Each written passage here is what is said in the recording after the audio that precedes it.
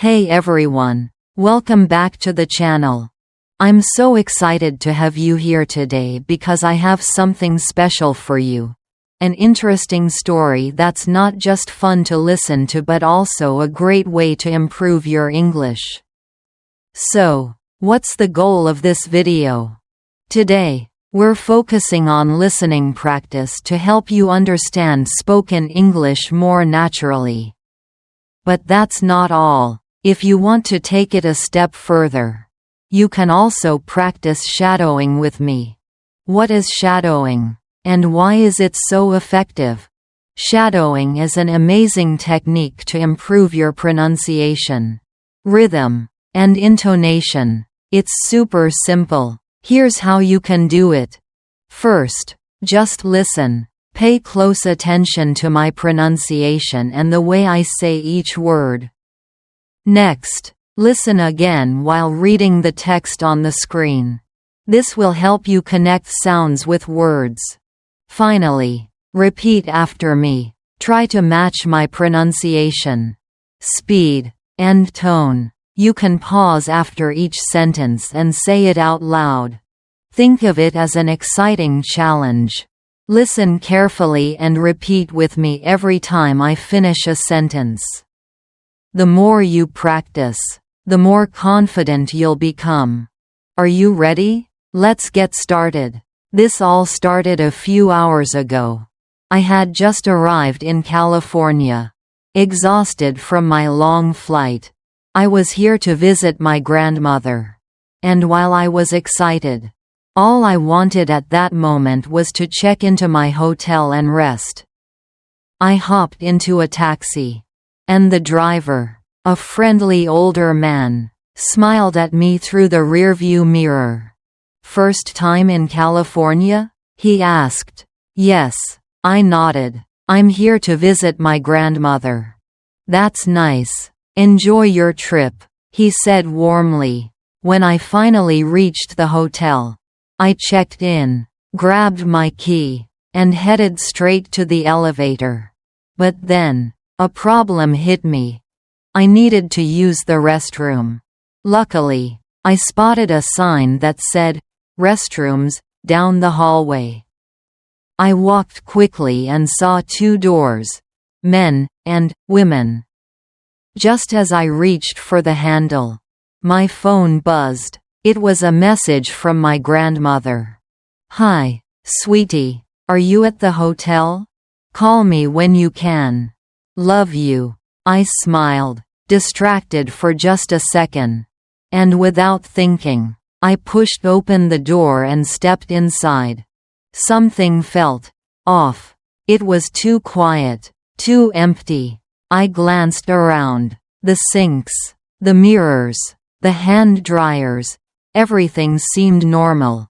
But then, I heard it, a deep voice, a man's voice. Excuse me, miss?" My heart stopped. My body froze. I turned slowly. Standing by the sink was a tall man, looking at me with a mix of confusion and amusement. My eyes darted around the room. And then I saw it. The sign on the wall. "Men's restroom." Panic. Heat rushed to my face. My hands turned ice cold. "I'm so sorry," I blurted out, spinning on my heels and bolting for the door. I shoved it open too fast and nearly crashed into someone, the hotel receptionist. She blinked at me. "Are you okay?" "Yes," I squeaked. "Everything is great. Perfect. Amazing." She gave me a small, uncertain smile. "All right, enjoy your stay." I nodded too quickly and practically speed-walked down the hall, my heart racing. This time, I triple-checked the sign before stepping inside the correct restroom.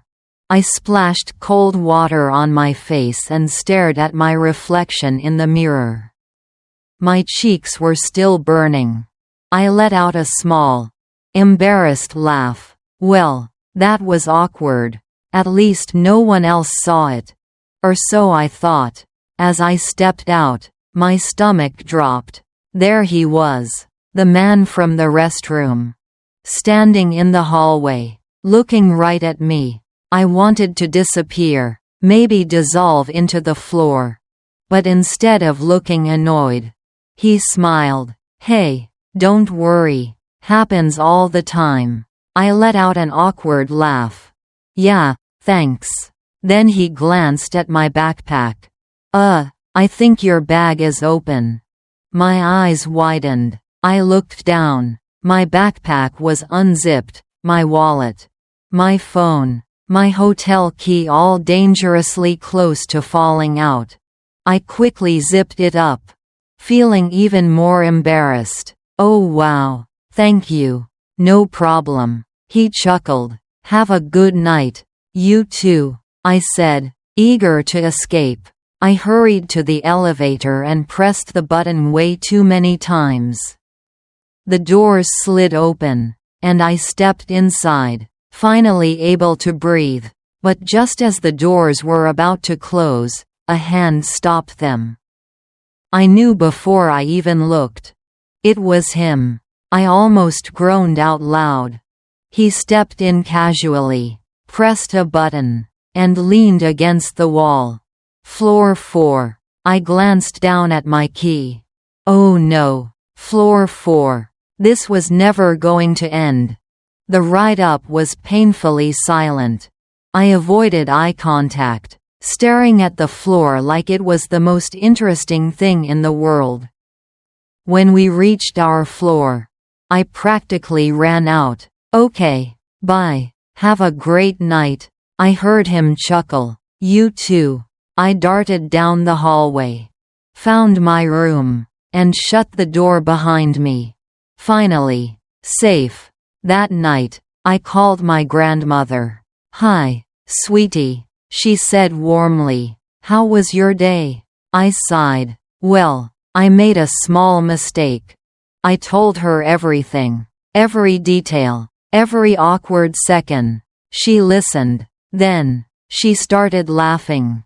And laughing. And laughing. "Oh, Elena," she wheezed between laughs. "You need to slow down and pay attention." I laughed, too. She was right. That day, I learned 2 important lessons.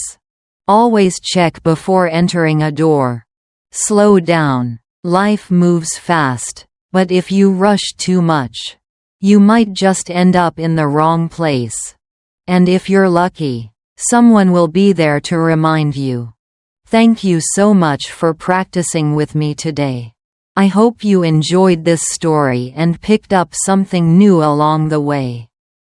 Remember, you can watch this video as many times as you like to practice shadowing.